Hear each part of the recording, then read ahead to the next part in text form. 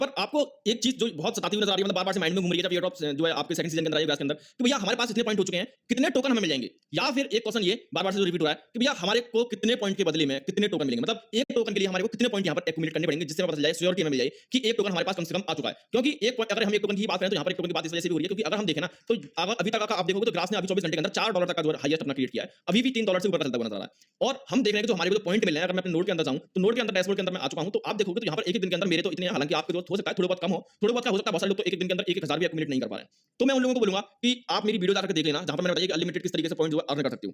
उसमें मैंने डिटेल बताई है कि जो मेरा आपको ये दिख रहे हैं ना यहाँ पर 23-23 हज़ार, वो ऐसे आपके और हो सकता है इससे भी ज़्यादा के पॉइंट आपको जो यहाँ पर देखने के लिए मिले। अब बात करते हैं कि कितने पॉइंट का कितना हमें जो है टोकन मिलता हुआ नज़र आएगा। अब कुछ लोगों का क्वेश्चन ये भी है, मतलब कमेंट ये करते हुए नज़र आते हैं कि भैया अब ये ड्रॉप इसका हो गया, अब ये ड्रॉप नहीं देगा। तो मैं उनको एक चीज़ और दिखा दूँ, बिल्कुल क्लियर कर दूँ कि लो भैया यहाँ पर मैं आ चुका हूँ इनकी वेबसाइट पर टोकन पर। यहाँ पर देखोगे तो यहाँ पर आपको जो बिल्कुल साफ-साफ नज़र आ रहा है, कम्युनिटी के लिए जो है इन्होंने 30% की सप्लाई एलोकेशन की गई है, कि 30% कम्युनिटी को मिलने वाला है। अभी अगर हम बात करें एयर ड्रॉप बंद हुआ है, हम सभी को पता है। जहाँ पर 10% की जो सप्लाई है वो यहाँ पर एयर ड्रॉप फार्मर को या नोड रनर को दी गई है।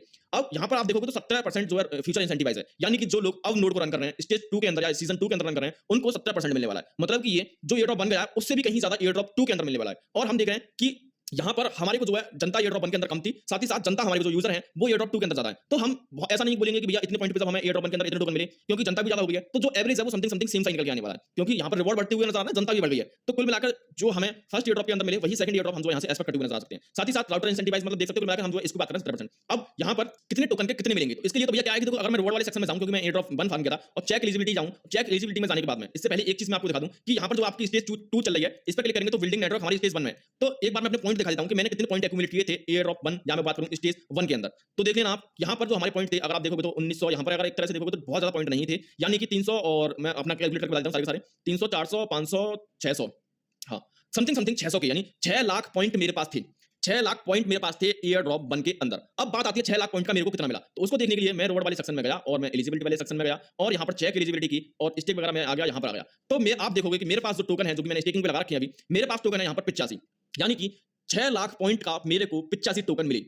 अब ऐसा बिल्कुल से नहीं है कि आपको भी ऐसा मिलते चलेंगे। यहाँ पर आप बहुत सारे लोग का कैलकुलेटर खोलेंगे तो और अपना देखेंगे रेशियो क्या निकल गया। ऐसा बिल्कुल से नहीं है। इसके पीछे बहुत सारी चीज़ कंडीशन जो रखी गई है, वो चीज़ मैं आपको बता देता हूँ। वो चीज़ कब पता चलेंगी जब इनके यहाँ पर इनके आर्टिकल पे आओगे, एयर ड्रॉप बनवाले पे किस तरीके से दिया गया है। थोड़ा-सा नीचे आपको आना है, मतलब मैं ही दिखा दे रहा हूँ, आपको तो कहीं भी भागने की ज़रूरत नहीं है। इन्होंने आप बोला कि भई हमारे जो ईपुक थे वो यहाँ पर अल्फा, क्लोज़ अल्फा से चला, और बोनस ईपुक तक चलता हुआ नज़र आया। इन्होंने बोला कि कितने-कितने टोकन, मतलब हर एक ईपुक के लिए इन्होंने अलग-अलग से जो एलोकेशन रखी गई। मतलब कि जिन लोगों ने अल्फा के अंदर रहा, अल्फा के अंदर फार्म किया, उनको सबसे ज़्यादा टोकन थे, और जिन लोगों ने बोनस ईपुक के अंदर जॉइन किया, फार्मिंग की, उनको सबसे कम पॉइंट थे, कम टोकन थे। तो कहने का मतलब ये है कि अगर आज से ही, क्योंकि इनका ईपुक मतलब ईपुक फर्स्ट चलता हुआ नज़र आ रहा है, सेकंड से या फिर सेकंड सीज़न का, उनको सबसे ज़्यादा मिलेगा, फिर उसके बाद में कम होता हुआ नज़र आ सकता है। मतलब अगली स्टेज के अंदर जिन्होंने जॉइन किया उनको ज़्यादा मिलेगा। अब जॉइन करने के लिए मैंने डिस्क्रिप्शन में एक लिंक दे रखा है, ऑल ग्रुप एयर के नाम से लिंक मिल जाएगा, नीचे जाकर देखोगे तो बहुत सारे एयर मैंने जॉइन कर मतलब मेंशन कर रखे हैं, इनको जाकर जॉइन कर लेना, आपको ब्राउज़र मैनेजर सेक्शन में मिल जाएंगे। अब यहाँ पर ये तो ईपुक वाली कहानी रही, इन्होंने एलोकेशन रखा था, मतलब अगर आप बहुत ज़्यादा भी जो कमा लेते हो ईपुक के अंदर, है ना, तो बहुत ज़्यादा पॉइंट आपको नहीं मिलेंगे, क्योंकि यहाँ पर जो है लिमिटेशन रखी गई है। अब इसके बाद में ऐसा बिल्कुल नहीं कि कहानी यहीं पे खत्म हो जाती है। यहाँ पर इन्होंने बोला कि भैया हम देखेंगे कि किसके कितने पॉइंट हैं, किसके कितने पॉइंट है, क्या एक-एक पॉइंट नहीं गिनेंगे। यहाँ पर एक क्राइटेरिया रखेंगे कि अगर आपके 10,000 पॉइंट है, तो आप आते हुए नज़र आओगे टियर 9 के अंदर। वहीं पर अगर आपके यहाँ पर 20,000 पॉइंट है, तो आप टियर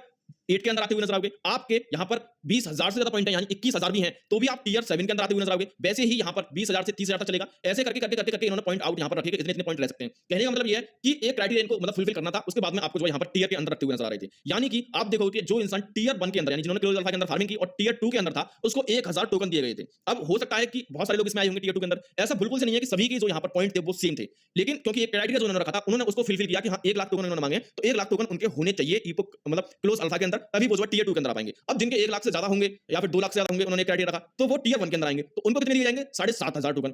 तो कहने का मतलब ये है, जिन्होंने अर्ली स्टेज के अंदर जॉइन किया उनको ज़्यादा मिला। अब यहाँ पर कहने का मतलब ये है कि ऐसा कोई फिक्स नहीं है कि इतने टोकन के बदले में आपको इतना, या फिर इतने पॉइंट के बदले में इतना टोकन दिया जाने वाला है। यहाँ पर आपको जो है कोशिश करनी है कि ज़्यादा से ज़्यादा टियर के ऊपर में आपको जो नंबर लेके रखना है, मतलब रैंक जो आपको बढ़ा के रखनी है, ये जब भी होती हुई नजर आएगी जब आपके पास पॉइंट ज़्यादा रहेंगे। किस तरीके से पॉइंट ज़्यादा से ज़्यादा करने हैं, वो मैंने वीडियो अपने चैनल पे फुल डिटेल के साथ बना के दे दी है। जहाँ से आप अनलिमिटेड मतलब कुछ टिप्स एंड ट्रिक भी बताई हैं, और बहुत सारी चीज़ जो आप गलतियाँ कर रहे हो वो भी मैंने उस वीडियो के अंदर बताई हैं, वो जाकर के देख लेना। और आप अगर गलती से भी मेरे को, अगर जैसे मैंने आपको बताया 85 टोकन मिले थे, अगर गलती से भी अगर मैं किसी एक के अंदर भी, किसी भी एक ईपुक के अंदर टियर 1 के अंदर आ जाता, तो आप सोच नहीं सकते हो कितने-कितने, अगर मैं जैसे ईपुक 2 के अंदर और मैं टियर 1 के अंदर आ जाता, तो मेरे को 2,1900 टोकन मिलते, जिनकी वैल्यूएशन अगर आप करके देखोगे तो 4 से गुणा कर दो। मतलब कहने का ये है कि 24 घंटे आप अपने नोड को रन करो भैया, जितना हो सके नोड को रन करो, क्योंकि यहाँ पर वन टाइम सेटअप है और बहुत कुछ नहीं ले रहा है। मैं क्या कर रहा होता हूँ कि अपने कंप्यूटर को मैंने चला रखा है और स्क्रीन इसकी ऑफ कर देता हूँ, मेरा सीपीयू चलता रहता है 24 घंटे, जिससे आप देखोगे तो यहाँ पर अगर आप मेरे जो देखोगे तो आपको पता चलेगा डैशबोर्ड में आने के बाद में ये जो सारी चीजें ना, ये यहाँ पर पॉइंट जो आपको देखने के लिए मिले, इसका एकमात्र रीजन यही है। ठीक है ना, तो आपका सारी चीज क्लियर हो गई। अभी भी कोई डाउट है तो मुझे नीचे कमेंट करके बता सकते हो, मैं आपके डाउट